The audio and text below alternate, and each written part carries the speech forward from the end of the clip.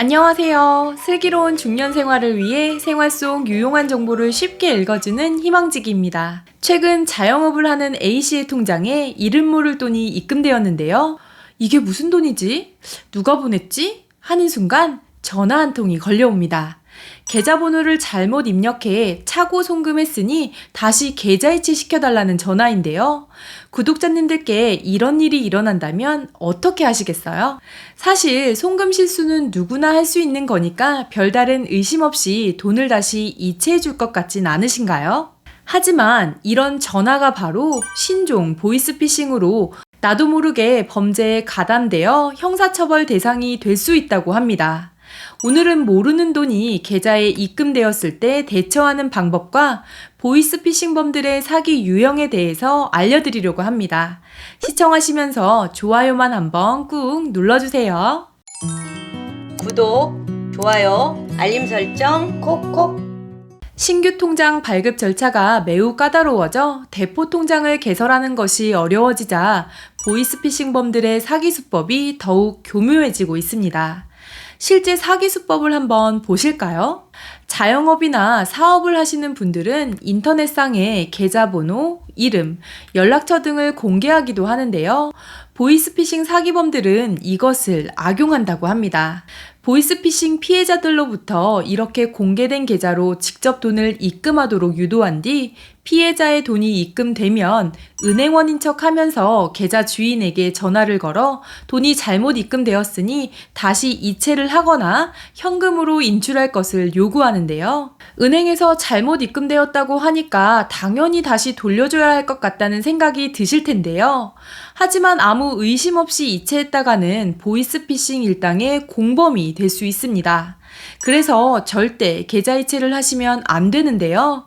이처럼 모르는 돈이 내 통장에 이체된 뒤 출처가 불분명한 전화로 재이체 또는 현금 인출을 요구받았을 경우에는 즉시 거절하고 바로 해당 은행에 차고 송금 사실을 알리셔야 합니다. 신종 사기 수법 중에는 이런 것들도 있습니다.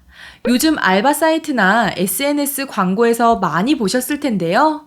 집에서 가능한 재택알바, 홍보 업무, 구매 대행, 환전, 세금 감면 등의 업무를 통해 간단하고 쉽게 돈을 벌 수 있다고 속이면서 신분증과 계좌번호 등 개인정보를 요구합니다.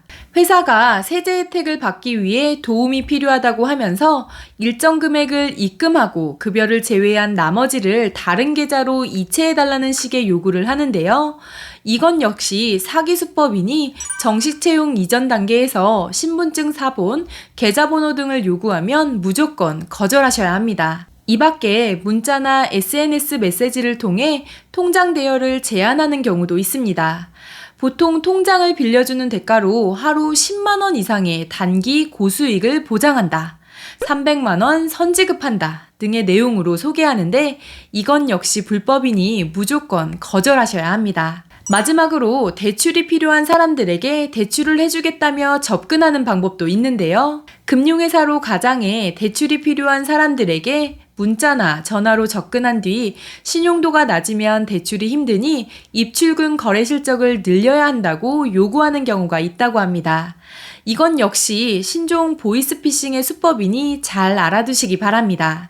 그런데 피싱범들이 작정하고 속이면 속을 수밖에 없는 게 현실이잖아요. 만약 피싱범들에게 속아 내 통장이 범죄에 사용되었다면 어떻게 될까요? 내가 비록 보이스피싱 사기범이 아니라고 할지라도 사기이용 계좌에 명의인으로 등록될 경우 지급정지 및 인터넷, 모바일 뱅킹이 제한되어 등록일로부터 1년 이상 신규 통장을 개설하는 것이 제한될 수도 있다고 합니다. 그리고 대포 통장을 대여하거나 양도했을 경우 최대 징역 5년, 벌금 3천만 원이 부과될 수 있고 범죄의 인식 정도에 따라 사기죄나 사기 방조죄 등으로 형사처벌이 될 수도 있기 때문에 이런 범죄에 가담하지 않도록 조심하셔야 합니다. 오늘은 나도 모르게 내 통장이 통장이 범죄에 연루되어 불이익을 받을 수 있는 내용에 대해서 말씀드렸는데요. 특히 자영업을 하시는 분들, 사업상 계좌번호, 연락처, 이름 등을 공개적으로 노출하시는 분들의 경우 잘못 송금되었으니 다시 재이체를 해달라는 연락을 받게 되면 반드시 보이스피싱을 의심하고 해당 은행에 먼저 문의해 보시기 바랍니다. 이번 영상은 여기까지고요. 오늘 하루도 희망찬 하루 되시길 기원하며 영상 마무리하도록 하겠습니다. 오늘 영상이 조금이라도 도움이 되셨다면 구독, 좋아요, 알림 설정 눌러주세요. 감사합니다.